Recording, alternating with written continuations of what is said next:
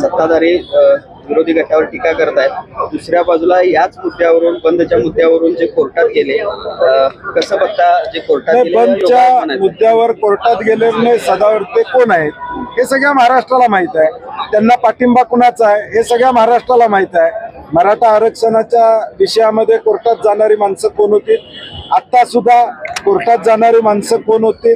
उच्च न्यायालयाने देखील अत्यंत तत्परतेनं या सगळ्या गोष्टीची दखल घेणं, हे सगळं बघितल्यानंतर जे जाणार आहेत ते सरकारच्या बाजूचेच आहेत हे सामान्य माणसाला माहित आहे. खरं तर कोल्हापूरमध्ये एका बाजूला लाडकी बहीण योजनेचा कार्यक्रम सुरू होता, दुसऱ्या बाजूला एका लहान मुलीचं इथं कायदा आणि सुव्यवस्था महाराष्ट्रातली ढासळलेली आहे.